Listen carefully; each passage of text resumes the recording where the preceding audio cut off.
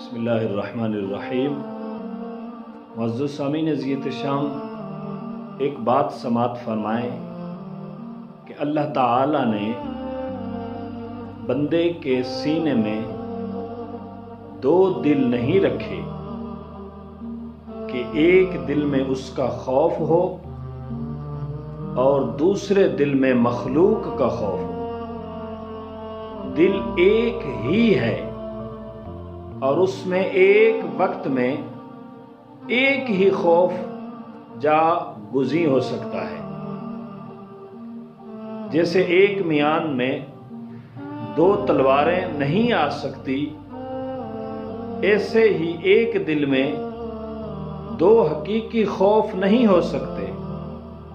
جس دل میں اللہ تعالی کا خوف سما گیا وہ مخلوق کے ڈر اور خوف سے بے نیاز ہو گیا۔ جیسا کہ احادیث طیبہ میں ہے، حدیث مبارکہ میں ہے، قال رسول اللہ صلی اللہ علیہ وسلم من خاف اللہ خوف اللہ منہ کل شیء ومن لم یخف اللہ خوفہ اللہ من کل شیء۔ اللہ کے پیارے محبوب پاک صاحب الاولاق سید عالم صلی اللہ علیہ وآلہ وسلم ارشاد فرمانے لگے، گل قدس کی پتی کو حرکت دی، رحمتوں کے پھول برس گئے، دل کا کشور فتح کرنے والی آواز فضاؤں میں گونجی، دل کا کشور فتح کرنے والی آواز میں مسکرا کر فرمانے لگے، حقیقت کے چہرے سے نقاب الٹتے ہوئے میرے آقا حضور سید عالم صلی اللہ علیہ وسلم نے ارشاد فرمایا کہ جو اللہ تعالیٰ سے ڈرے اللہ تعالیٰ اس سے ہر چیز کو ڈرائے گا، اور جو اللہ تعالیٰ سے نہ ڈرے اللہ تعالیٰ اس سے ہر چیز سے ڈرائے گا۔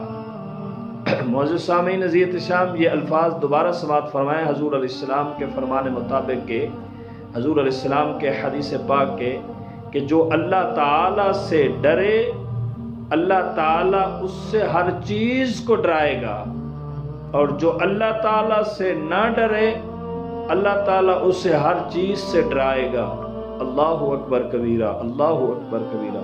معزز سامعین عزیز احتشام، ہمیں چاہیے کہ ہم اللہ تعالیٰ سے ہی ڈریں، اللہ تعالیٰ کا ہی ہمارے دل میں خوف ہونا چاہیے، اور کسی کا خوف نہیں ہونا چاہیے، چاہے وہ دنیا دار ہے، چاہے وہ سرمایہ دار ہے، چاہے وہ جگیردار ہے، چاہے وہ شہرت والا ہے، دولت والا ہے، حسن والا ہے، پیسے والا ہے، جو بھی ہے اس کا خوف دل میں نہیں ہونا چاہیے۔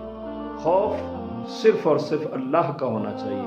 اللہ تعالی ہمیں اس حدیث رسول پر عمل کرنے کی توفیق عطا فرمائے، آمین۔